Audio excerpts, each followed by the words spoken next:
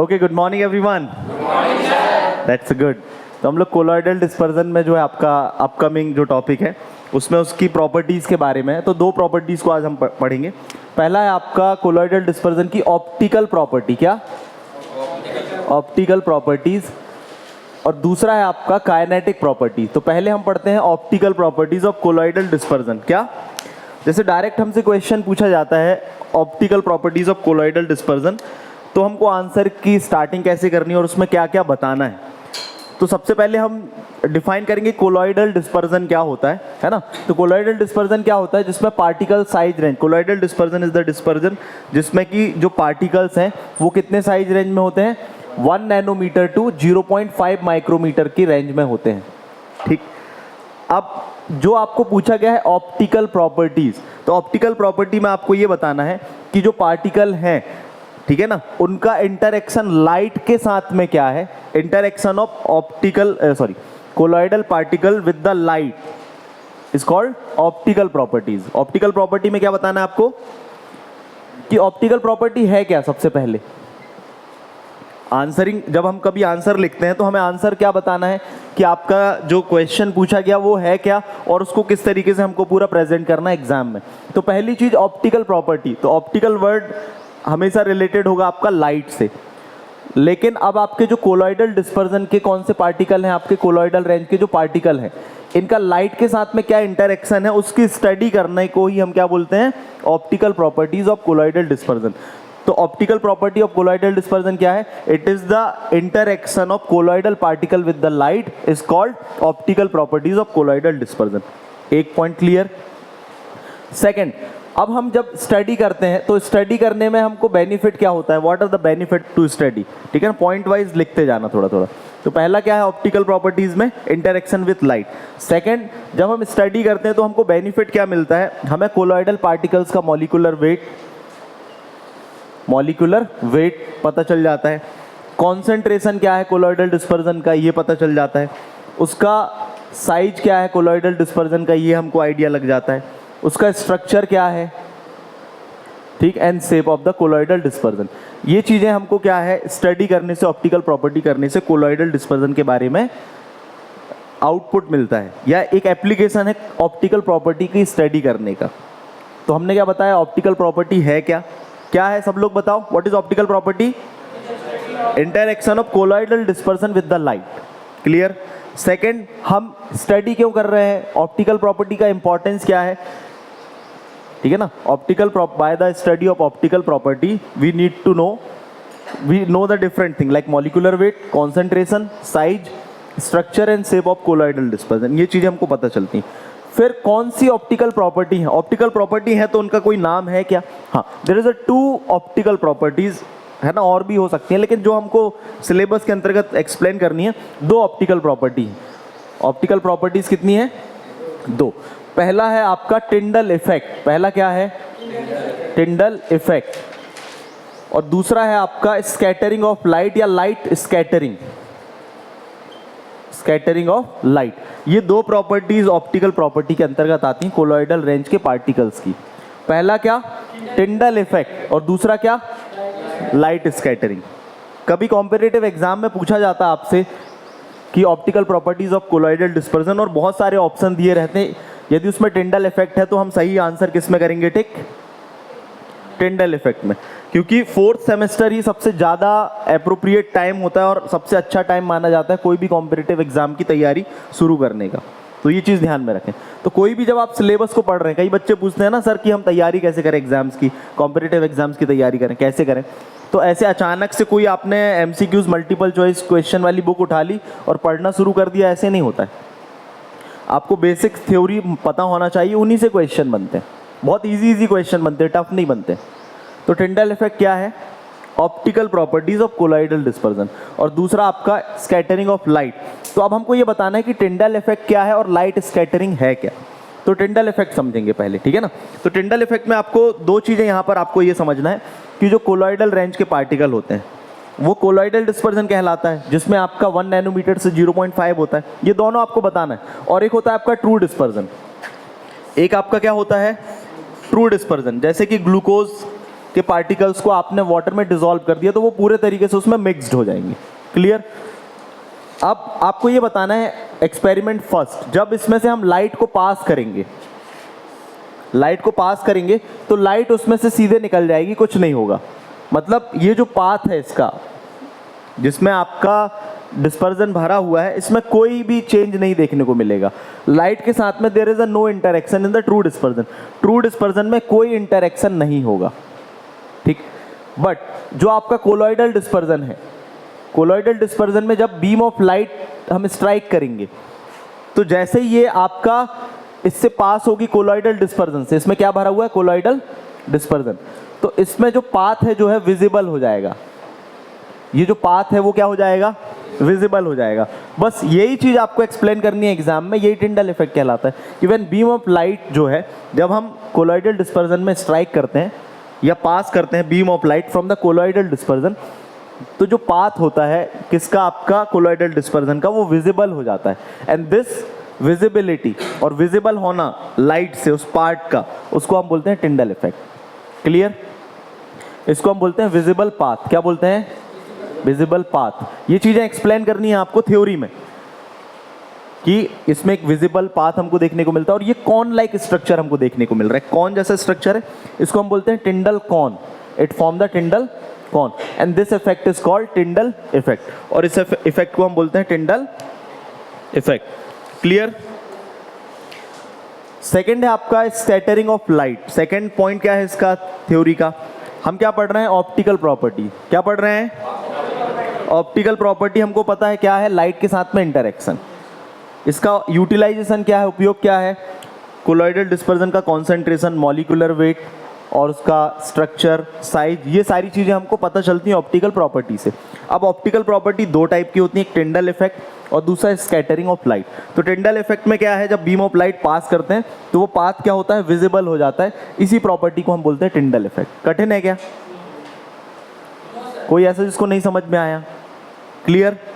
Second, बस exam के लिए हमको थ्योरी पता होना चाहिए कि बताना क्या है ना। और ज़्यादातर स्टूडेंट के साथ में क्या होता है कि वो पढ़ते ही नहीं, वो थ्योरी को पढ़ के समझने की कोशिश ही नहीं करते हैं, स्किप कर देते हैं। अरे ये कौन पढ़े, प्रॉपर्टी वॉपर्टी हटाओ, कोलॉइडल डिस्पर्जन पढ़ लिया बहुत।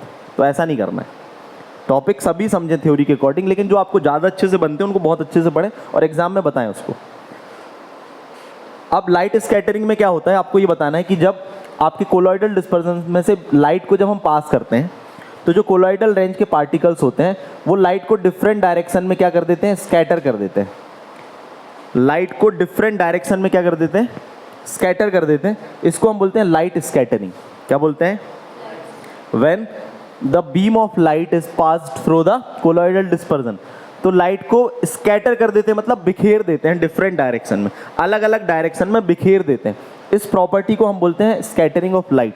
तो क्वेश्चन ये आता है ऐसा क्यों होता है कि लाइट स्कैटर क्यों होती है जब कोलॉइडल डिस्पर्जन में से लाइट पास होती है? तो उसके दो मैकेनिज्म आपको बताने हैं। एक मैकेनिज्म होता है कि जब लाइट किसी भी चीज़ में स्ट्राइक करती है तो लाइट क्या एक तरीके का बोलना चाहिए कि जनरली एक एनर्जी है ना। लाइट क्या है? एनर्जी है। तो लाइट जब पार्टिकल में स्ट्राइक करता है तो पार्टिकल्स में डायपोल मूवमेंट डेवलप हो जाता है। क्या हो जाता है? Dipole movement. अब डायपोल मूवमेंट क्या होता है नहीं पता तो कोई बात नहीं, ऐसा ध्यान रखो एक तरीके का चार्ज डेवलप हो जाता है। अब कोई भी चार्ज पार्टिकल होगा तो उसमें से वेवलेंथ, कोई वेव रिलीज होगी, है ना। तो ये भी एक माना जाता है कि जब किसी पार्टिकल में लाइट पड़ती है तो उसमें डायपोल मूवमेंट इंड्यूस हो जाता है। इस डायपोल मूवमेंट इंड्यूस होने के कारण अलग अलग पार्टिकल्स अपनी वेवलेंथ के अकॉर्डिंग वो लाइट को रिलीज करते हैं, जिसके कारण स्कैटरिंग हमको दिखाई देती है। एक रीज़न ये है। क्लियर? और दूसरा, कोलॉइडल रेंज में पार्टिकल क्या होते हैं? Between the 1 nanometre to 0.5 range के होते हैं। तो एक और प्रॉपर्टी आपने थर्ड सेमेस्टर में पढ़ी थी, because of the due to the difference in the refractive index. Difference in refractive index. अब रिफ्रैक्टिव इंडेक्स को समझने के लिए इस तरीके से समझे, डेंसिटी में डिफरेंस होना। जैसे मान के चलो एक कई सारे पार्टिकल है हमारे पास में, कुछ थोड़े बड़े पार्टिकल्स हैं, कुछ छोटे पार्टिकल्स हैं, कुछ ज़्यादा डेंस हैं। तो ऐसा डिफरेंस है पार्टिकल्स में। तो लाइट इसमें स्कैटर कर रही, इसमें स्कैटर कर रही, इसमें टकरा रही, इसमें टकरा रही, तो उसके कारण से भी क्या होता है, रिफ्रैक्टिव इंडेक्स डिफरेंस होने के कारण, मतलब पार्टिकल की डेंसिटी डिफरेंस होने के कारण भी वो क्या करते हैं, लाइट को स्कैटर कर देते हैं, बिखेर देते हैं। तो कोई पूछेगा मैकेनिज्म क्या है लाइट स्कैटरिंग का, तो क्या बताओगे? एक तो जब लाइट स्ट्राइक करती है तो उनमें डायपोल मूवमेंट इंड्यूस हो जाता है, जिसके कारण वो लाइट को रिलीज करते हैं पार्टिकल अपने में से, चार्ज पार्टिकल्स हो जाते हैं वो। और दूसरा कारण क्या है कि जो पार्टिकल्स होते हैं उनका रिफ्रैक्टिव इंडेक्स डिफरेंस होता है। रिफ्रैक्टिव इंडेक्स में क्या होता है, डिफरेंस होता है। उस रिफ्रैक्टिव इंडेक्स में डिफरेंस होने के कारण, अब रिफ्रैक्टिव इंडेक्स में जहां लिख रहे हो वहां ब्रैकेट में लिख लेना डेंसिटी डिफरेंस, डेंसिटी डिफरेंस, और डायपोल मूवमेंट जहां लिखा है वहां ब्रैकेट में लिख लेना चार्ज। तो डेंसिटी डिफरेंस होने के कारण भी क्या होता है, उनमें लाइट को स्कैटर कर देते हैं। ये आपका आंसर बनेगा। ठीक, अब नेक्स्ट आप बात आती है, हमने ये पढ़ लिया कि ऑप्टिकल प्रॉपर्टी है क्या, डेफिनेशन क्या है, उसका यूज क्या है, ऑप्टिकल प्रॉपर्टी कौन से टाइप की होती है। अब मेजरमेंट कैसे करेंगे हम, ऑप्टिकल प्रॉपर्टी का मेजरमेंट कैसे करेंगे? Measurement of optical properties of colloidal dispersion. Colloidal dispersion के मेजर ऑप्टिकल प्रॉपर्टी को मेजरमेंट करने की दो मेथड है। एक है आपका माइक्रोस्कोपी मेथड, कौन सी मेथड है? Microscopy method. माइक सभी को बोलना है। First method is microscopy. Second क्या है आपका? Turbidity method. सेकंड क्या है? टर्बिडिटी। फर्स्ट क्या है? अच्छा, ऑप्टिकल प्रॉपर्टीज कौन कौन सी हैं? फर्स्ट क्या है? Second, first Tyndall effect, second light स्कैट।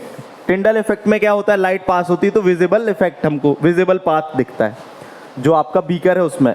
और जब आपका नेक्स्ट स्कैटरिंग ऑफ लाइट में क्या होता है, लाइट को स्कैटर कर देते हैं पार्टिकल्स। कौन से दो मैकेनिज्म के ऊपर बेस्ड होता है ये? Dipole movement and refractive index. कौन से दो? Dipole movement and refractive index. फिर दो मेथड है जिनसे हम मेजरमेंट कर सकते हैं ऑप्टिकल प्रॉपर्टी का। एक है आपकी माइक्रोस्कोपी मेथड और दूसरा है टर्बिडिटी मेथड। तो माइक्रोस्कोपी मेथड में दो मेथड होती हैं, ठीक है ना, जिनसे हम मेजर करते हैं। फर्स्ट है आपका, इसमें आ जाएगा लाइट माइक्रोस्कोपी। फर्स्ट क्या आ जाएगा? हाँ, लाइट माइक्रोस्कोपी, या तो हम इसको बोल सकते हैं, सॉरी, अल्ट्रा माइक्रोस्कोपी। क्या? अल्ट्रा माइक्रोस्कोपी, जिसको हम डार्क फील्ड माइक्रोस्कोपी भी बोलते हैं। ध्यान रखना, डार्क फील्ड माइक्रोस्कोपी। और सेकंड है आपका इलेक्ट्रॉन माइक्रोस्कोपी। सेकंड क्या है? Electron microscopy. अल्ट्रा माइक्रोस्कोपी और इलेक्ट्रॉन माइक्रोस्कोपी।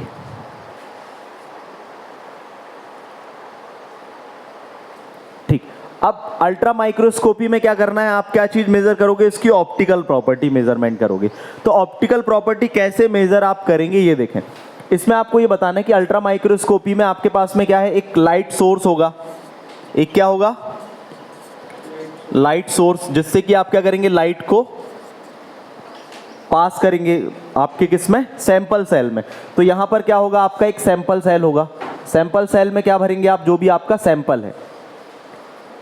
तो इसमें आप किस तरीके से बता सकते हैं, इंस्ट्रूमेंटेशन एंड वर्किंग मेथड, ये आपके पास में थ्योरी बनती है। तो यहां पर क्या होगा, एक कंडेंसर होगा, कंडेंसर, जिससे आप लाइट इसमें पास करेंगे। एक हो गया लाइट सोर्स, सेकंड हो गया कंडेंसर, जिसमें से light, beam of light pass होगी। बीम ऑफ लाइट किस में स्ट्राइक करेगी? Sample cell that contain the colloidal dispersion, ठीक है ना, जिसका कि हमको ऑप्टिकल प्रॉपर्टी मेजर करना है। यहां पर आपका एक माइक्रोस्कोप रहेगा, जिससे आप इस चीज को ऑब्जर्व कर सकते हैं।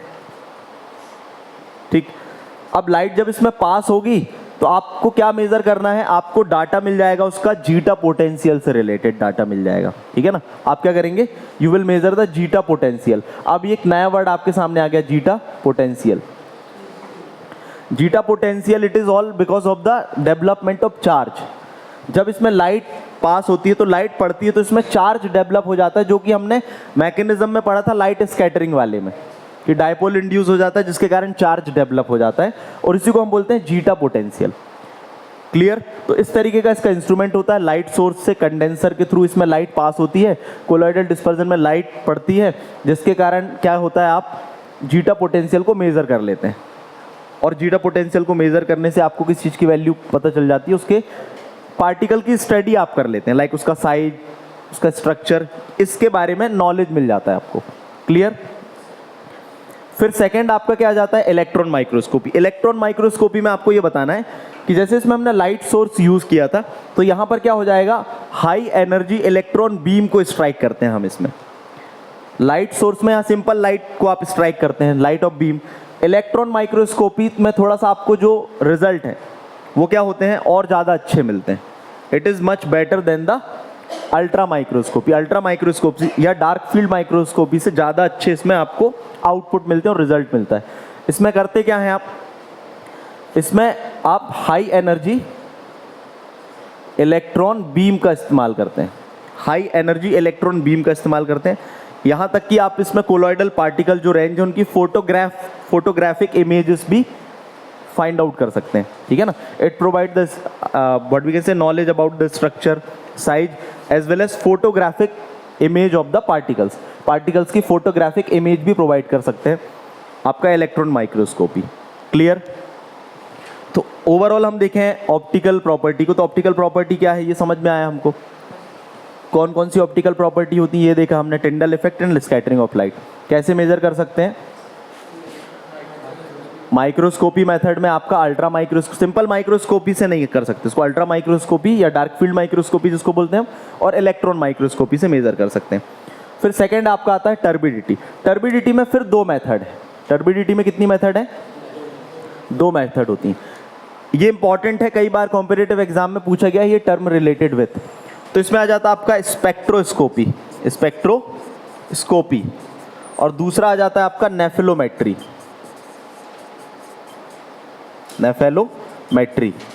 Spectroscopy and नेफेलोमेट्री।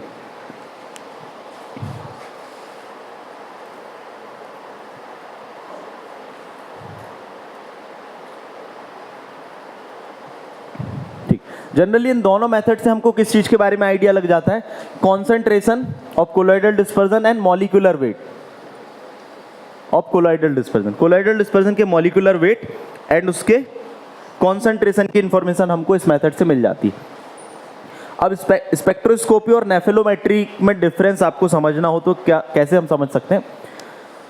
जब हम बात करते हैं लाइट की, जब किसी से भी लाइट पास होती है तो जो लाइट एंटर करती है उसको हम बोलते हैं क्या, इंसिडेंट लाइट, ठीक है ना। और उससे जब निकलती है तो वो रिफ्लेक्टेड लाइट। दो तरीके की लाइट होती है। तो इसमें क्या होता है, ट्रांसमिटेड लाइट हम यहाँ बोलेंगे, जो लाइट ट्रांसमिट हुई है। एक लाइट जो उसमें स्ट्राइक कर रही है वो, जिसको हम आई से बोल सकते हैं, है ना, इंडिकेट कर सकते हैं, और एक होती है ट्रांसमिटेड लाइट। तो स्पेक्ट्रोस्कोपी में आप क्या करते हैं, जब बीम ऑफ लाइट पास होती है, ठीक है ना, तो जो ट्रांसमिटेड लाइट है, आप ट्रांसमिटेड लाइट को क्या कर लेते हैं, मेजर कर लेते हैं। इन स्पेक्ट्रोस्कोपी हम क्या मेजर कर लेते हैं, transmitted light is measured, measurement of transmitted light is done spectroscopy में। स्पेक्ट्रोस्कोपी का मतलब ही लाइट से रिलेटेड है कि लाइट पास कर रहे हैं। स्पेक्ट्रोस्कोपी में क्या कर रहे हैं आप, जो लाइट पार्टिकल में स्ट्राइक करने के बाद में ट्रांसमिट हो रही है उसको आप मेजर करते हैं। किसमें, स्पेक्ट्रोस्कोपी में। नेफेलोमेट्री में क्या होता है कि लाइट स्ट्राइक करने के बाद में जो लाइट स्कैटर हो रही है, आप स्कैटर्ड लाइट को मेजर करते हैं। ये डिफरेंस ध्यान रखना। नेफेलोमेट्री में क्या करते हैं हम, देखो बस आपके सामने नाम दो आ गए हैं एक्स्ट्रा, एक स्पेक्ट्रोमेट्री मेथड या स्पेक्ट्रोफोटोमेट्री मेथड, और दूसरा आपका नेफेलोमेट्री। तो नेफेलोमेट्री और स्पेक्ट्रोस्कोपी दोनों एक तरीके की मेथड ऐसी जिसमें हम ट्रांसमिटेड लाइट को मेजर करते हैं, लेकिन स्पेक्ट्रोस्कोपी में स्पेसिफिकली ट्रांसमिटेड लाइट को मेजर करते हैं। क्लियर। और नेफेलोमेट्री में जो लाइट स्कैटर हो जाती है, स्कैटर्ड लाइट को मेजर करते हैं। ये डिफरेंस आपको ध्यान रखना है नेफेलोमेट्री में। क्लियर। कॉम्पिटिटिव एग्जाम्स में या आपको एग्जाम में थ्योरी बतानी होगी तो ऐसे बताना। फिर जो दूसरा पॉइंट है इसमें, स्पेक्ट्रोस्कोपी में एक एप्लीकेशन है, ये लायोफोबिक कोलॉइड के कॉन्सेंट्रेशन को हम डिटरमाइन कर सकते हैं। लायोफोबिक, और इसमें आप लायोफिलिक कोलॉइड के डिस्पर्जन को आप मेजर कर सकते हैं। तो कितनी मेथड होती है ऑप्टिकल प्रॉपर्टी को डिटरमाइन करने के लिए? 2 मेथड। कौन कौन सी? Microscopy and turbidity. माइक्रोस्कोपी में कौन सी मेथड होती है? अल्ट्रा माइक्रोस्कोपी, जिसको हम क्या बोलते हैं? Dark field microscopy. और नेक्स्ट आपका जो, हाँ, इलेक्ट्रॉन माइक्रोस्कोपी उसको बोलते हैं। ठीक, अब नेक्स्ट है आपका काइनेटिक प्रॉपर्टी। काइनेटिक प्रॉपर्टीज में कौन कौन सी प्रॉपर्टीज हम मेजर करेंगे? ठीक,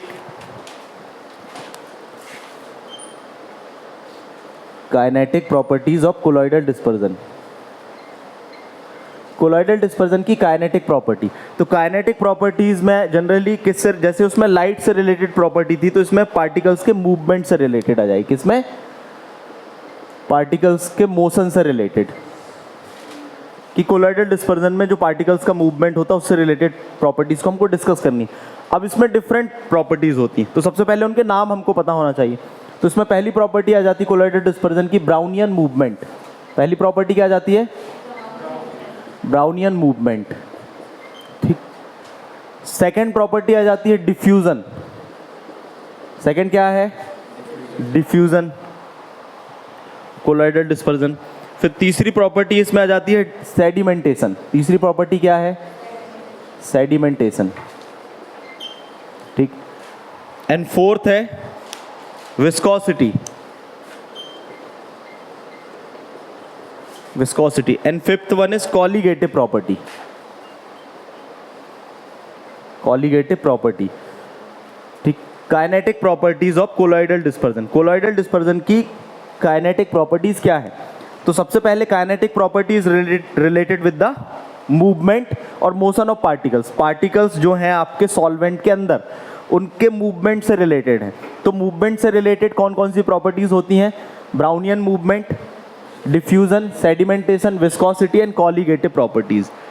पहले तो हमको ये पता होना चाहिए कि काइनेटिक प्रॉपर्टीज हैं कौन कौन सी। तो कौन कौन सी हैं बताएं आराम से। फर्स्ट, हाँ, सेकेंड, थर्ड, फोर्थ, नेक्स्ट। ठीक, ये 5 प्रॉपर्टीज हो गई। अब ब्राउनियन मूवमेंट में हमको बताना क्या है? ब्राउनियन मूवमेंट में हमको ये बताना है, अब आपको इससे रिलेट करना है पार्टिकल साइज से, कि कोलॉइडल रेंज के जो पार्टिकल्स होते हैं सॉल्वेंट में हमेशा जिग जैग मोशन में होते हैं। इसको रॉबर्ट ब्राउन ने डिस्कवर किया था, ठीक है ना, इसलिए इसका नाम ब्राउनियन मूवमेंट है। किसने डिस्कवर किया था? ठीक है ना, द ब्राउनियन मूवमेंट या Brownian motion is discovered by the Robert Brown, that is why we call it Brownian movement. अब ब्राउनियन मूवमेंट में क्या होता है कि पार्टिकल्स जो होते हैं, पहला पॉइंट, हमेशा जिग जैग मूवमेंट में होते हैं।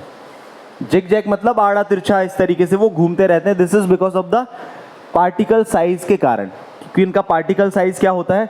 1 नैनोमीटर से 0.5 माइक्रोमीटर की रेंज में होता है। तो जिसके कारण पार्टिकल्स हमेशा किस में होते हैं? जिग जैग मोशन में होते हैं।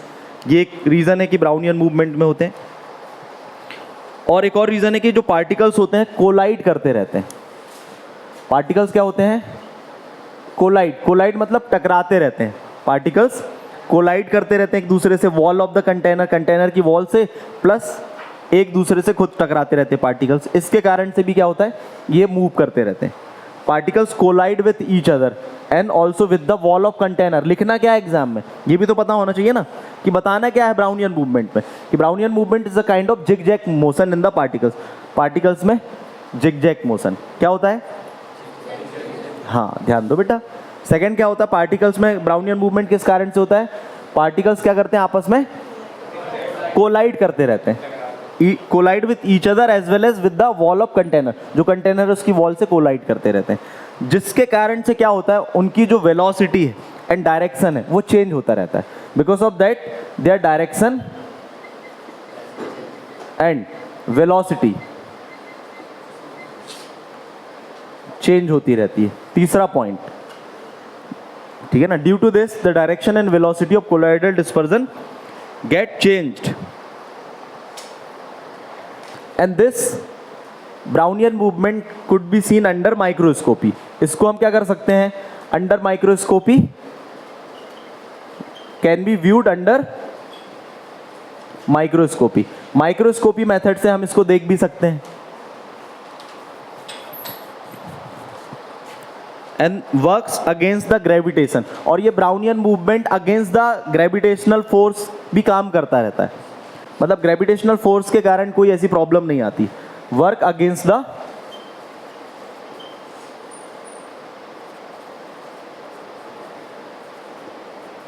Gravitational force, works against the gravity, gravity के अगेंस्ट में भी ये काम करता रहता है।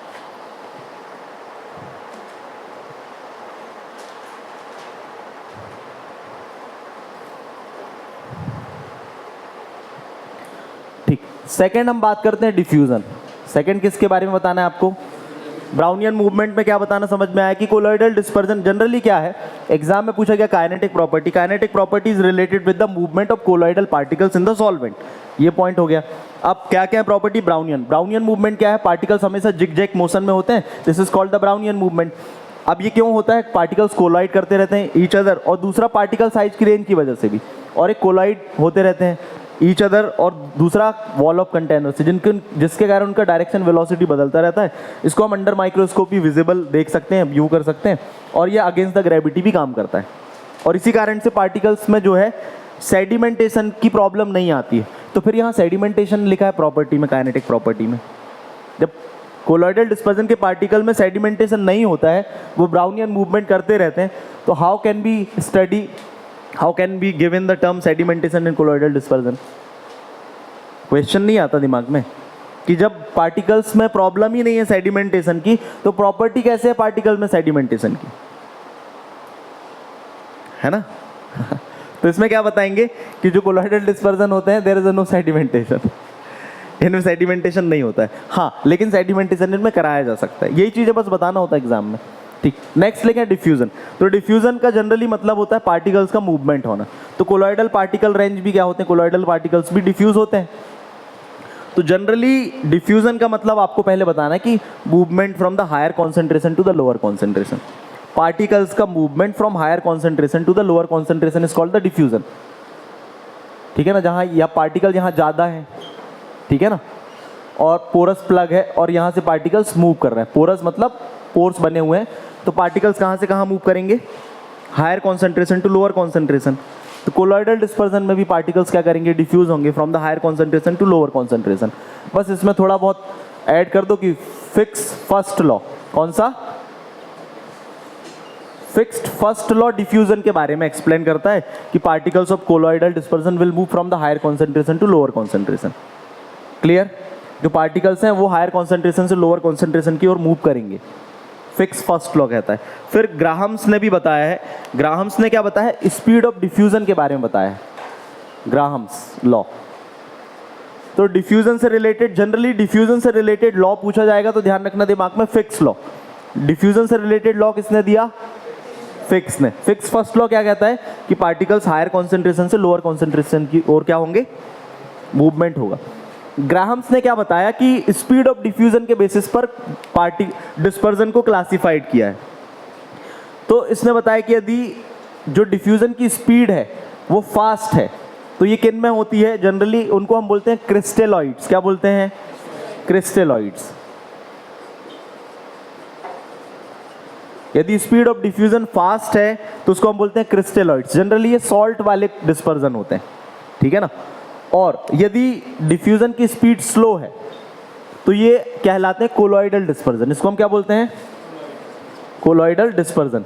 ये हमने उसमें भी पढ़ा था जब हम जनरल प्रॉपर्टी पढ़ रहे थे कोलॉइड डिस्पर्जन की। तो ट्रू डिस्पर्जन फास्ट होते हैं, उनमें डिफ्यूजन रेट बहुत फास्ट होता है, उन्हीं को हम बोलते हैं क्रिस्टेलॉइड्स। क्लियर? उसमें जो डिफ्यूजन होता है उसको हम बोलते हैं फास्ट डिफ्यूजन को, या जिसमें स्पीड ज़्यादा होती है उसको बोलते हैं क्रिस्टेलॉइड्स। और आपके कोलॉइडल डिस्पर्जन की स्पीड ट्रू डिस्पर्जन से स्लो होती है। क्लियर? ये किसने बताया? ग्राहम्स ने। तो ये क्या होते हैं, हमको चीज़ें मालूम है लेकिन ये रेफरेंस पॉइंट बन जाते हैं। जिस चीज़ को हम बता रहे हैं थोड़ा सा हमने fix law, Graham's law indicate करके बता दिया तो एग्जाम में अच्छे मार्क्स मिल जाते हैं। फिर हम बात करते हैं सेडिमेंटेशन की। नेक्स्ट प्रॉपर्टी क्या है? सेडिमेंटेशन की। तो सेडिमेंटेशन जो होता है आपका colloidal dispersion, sedimentation is not the property of colloidal dispersion. ठीक, जो कोलॉइडल डिस्पर्जन होते हैं उनमें सेडिमेंटेशन नहीं होता है। क्लियर? लेकिन इनमें एक सेडिमेंटेशन से रिलेटेड चीजें होंगी, लेकिन उसको हम क्या बोलेंगे? Forced sedimentation.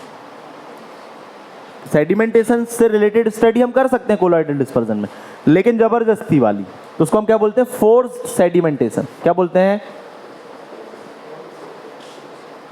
आपसे कोई पूछेगा कि क्या सेडिमेंटेशन होता है कोलॉइडल डिस्पर्जन में, तो जनरली क्या होता है? नहीं होगा, लेकिन फोर्स्ड सेडिमेंटेशन कराया जा सकता है। फोर्स्ड सेडिमेंटेशन कैसे कराएंगे हम? सेंट्रीफ्यूगेशन से। कैसे? जैसे हमारा ब्लड जो है कोलॉइडल डिस्पर्जन है, जिसमें आरबीसी, डब्ल्यूबीसी और प्लेटलेट्स हैं। तो यदि हम मान के चलो उसको रखेंगे किसी कंटेनर में, तो ब्लड के पार्टिकल्स नीचे नहीं बैठते हैं, लेकिन हम उसको मशीन में लगा दें, सेंट्रीफ्यूगेशन वाली मशीन में, तो क्या होगा? आरबीसी अलग, प्लेटलेट्स अलग, डब्ल्यूबीसी अलग हो जाएंगी ना, जिससे हम उनकी स्टडी कर सकते हैं। तो ऐसे ही उनमें उसको हम बोलते हैं फोर्स्ड सेडिमेंटेशन। तो कोलॉइडल डिस्पर्जन में जनरल नॉर्मल जो सेडिमेंटेशन वो नहीं होता है, इसमें फोर्स्ड सेडिमेंटेशन की स्टडी करते हैं। क्लियर? क्या करते हैं? Forced sedimentation study can be done to study the molecular weight and micellar property. Molecular weight की स्टडी करने में हम कर सकते हैं। फिर नेक्स्ट आता है विस्कोसिटी। नेक्स्ट क्या जाता है? विस्कोसिटी। तो विस्कोसिटी की स्टडी हम कोलॉइडल डिस्पर्जन की कर सकते हैं। That is also related with the movement, particles के मूवमेंट से रिलेटेड होता है। विस्कोसिटी को हम डिफाइन कैसे करते हैं? Viscous restriction. विस्कोसिटी को कैसे डिफाइन करते हैं? Viscosity is a kind of restriction to the flow.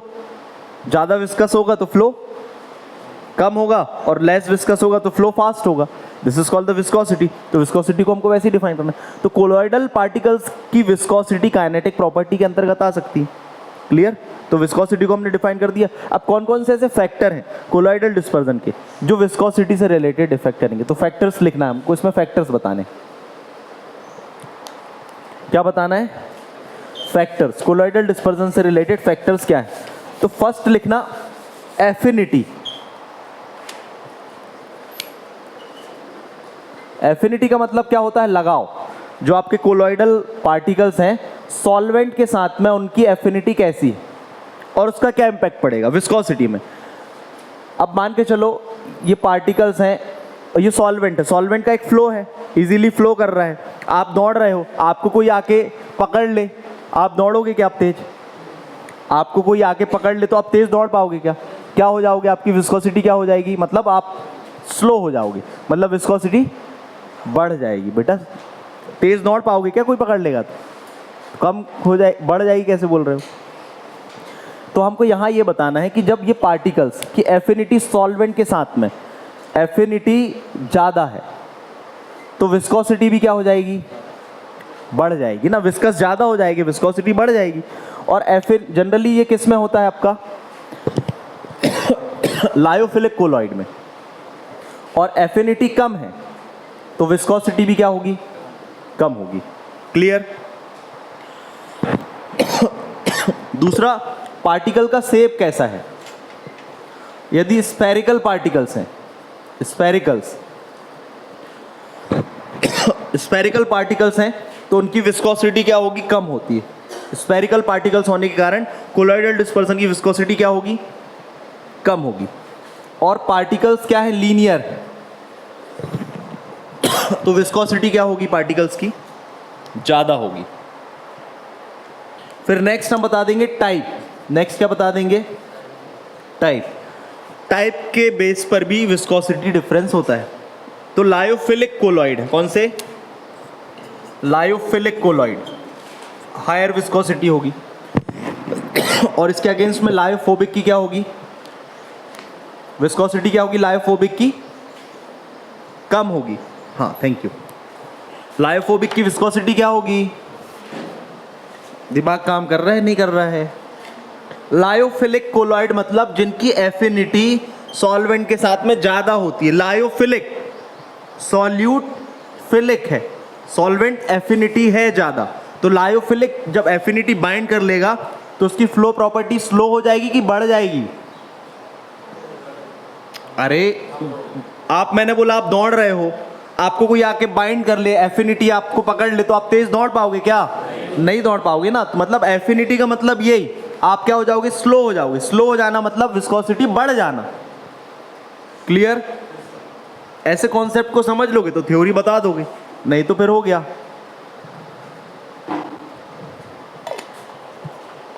Next है कॉलीगेटिव प्रॉपर्टी।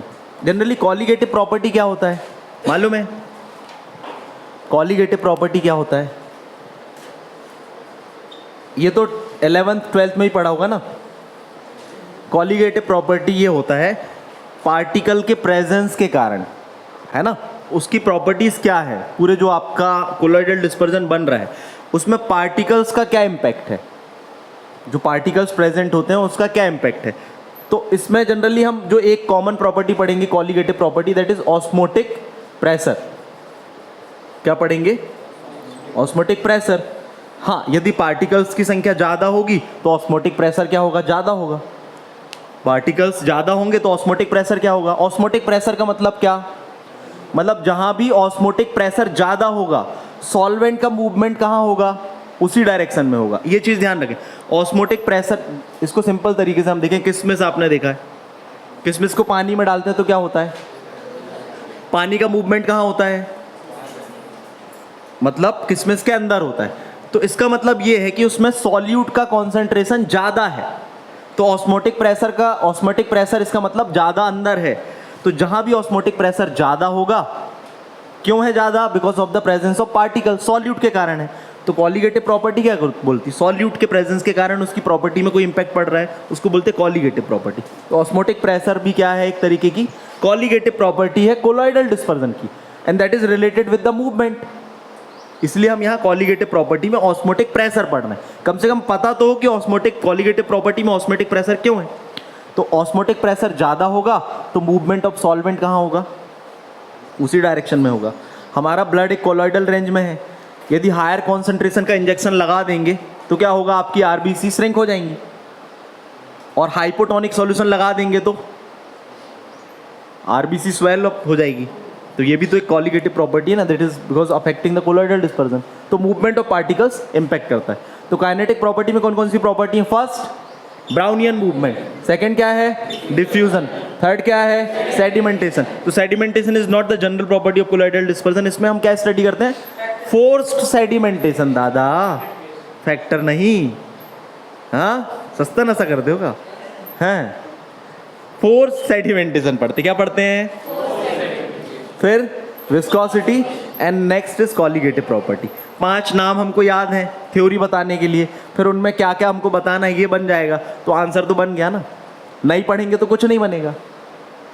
हाँ, नहीं पढ़ोगे तो एक ही लिख के आ जाओगे, Brownian movement is the best kinetic property of colloidal dispersion. स्वाहा। समझ में आया? Okay, thank you very much. हाँ।